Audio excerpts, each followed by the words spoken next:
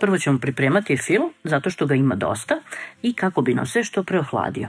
Ovdje imamo 1,5 litru mleka i otprilike 1,2 litru ćemo sipati i staviti na vatru da provri.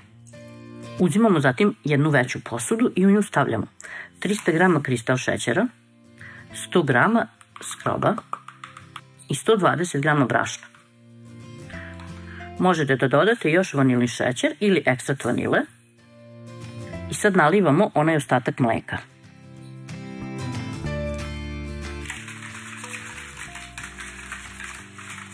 Ovo dobro promešamo kako ne bi imali grudvica, a potrebna nam je velika činija zato što ćemo u nju sipati mleko.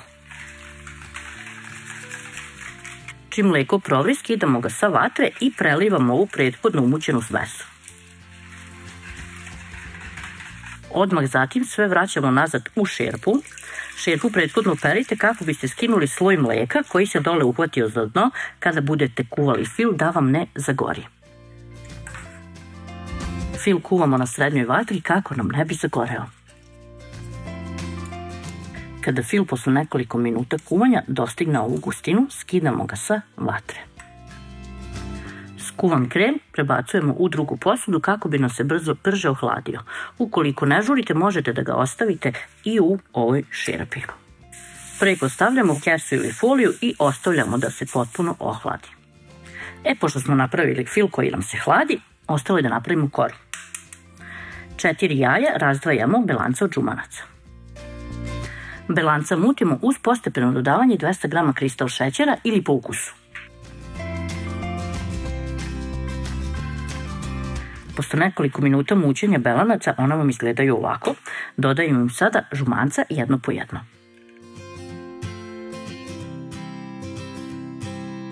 Sipamo zatim 50 ml ulja i 200 ml mleka.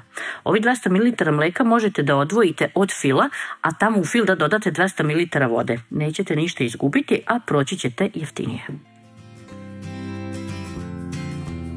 Posebno mešamo 200 g mekog brašna, 50 g tamnog kakaa i 10 g praška za pecivo.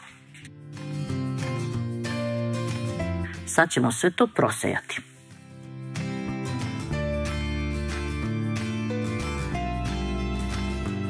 Pošto prosejemo, mutimo sve malom brzinom na mikseru.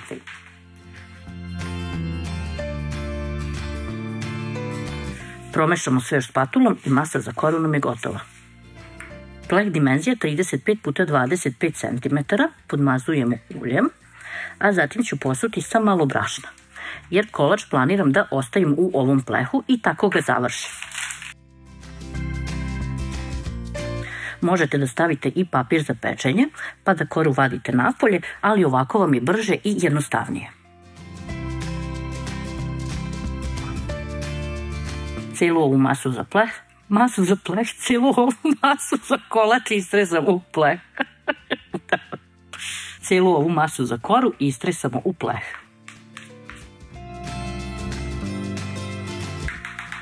Ravnomerno razvučemo, lupimo 2-3 puta kako bi izašao vazduh. I nosimo koru da se peče u prethodno zagrejanu rernu na 200 stepeni. Kora se ispekla, pekla sam je 20 minuta. Vreme pečenja može da varira, zato ga prilagodite svojoj rerni. Ostavljamo koru da se hladi. U manju šerpu sipamo 200 ml vode i 100 do 150 g kristal šećera. Sad sve to zajedno nosimo na vatru. Voda i šećer su nam vrili na jačoj vatri 2 minute. Ovo nam je sirup za prelivanje kore. Ostavljamo sad sve da nam se ohladi. Ohlađenim sirupom prelivamo ohlađenu koru.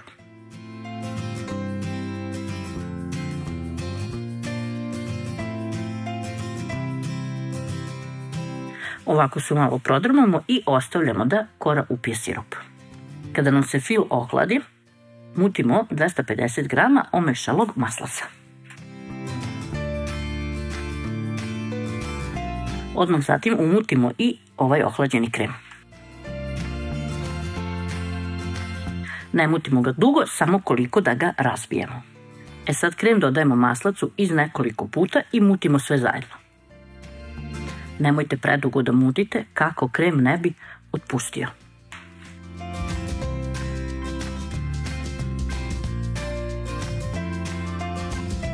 Ovako spatulom sve povučite dole sa dna, jer hoće maslac dole da se zalepi i onda nam se sve ne umuti kako treba.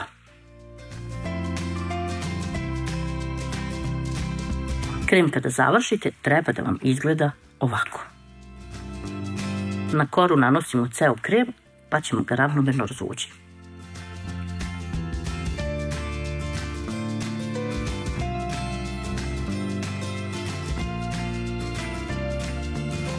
Izumimo zatim 200 grama čokolade. Trebalo bi sve da bude crna čokolada, ali je meni mnogo ukusnije kada dodam i mlečnu.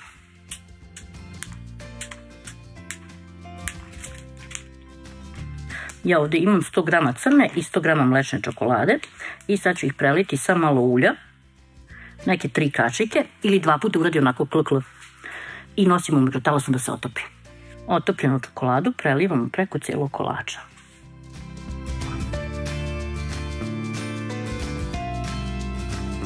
Kolač ćemo zatim malo da prodrmamo kako bi glazura što lepše sela.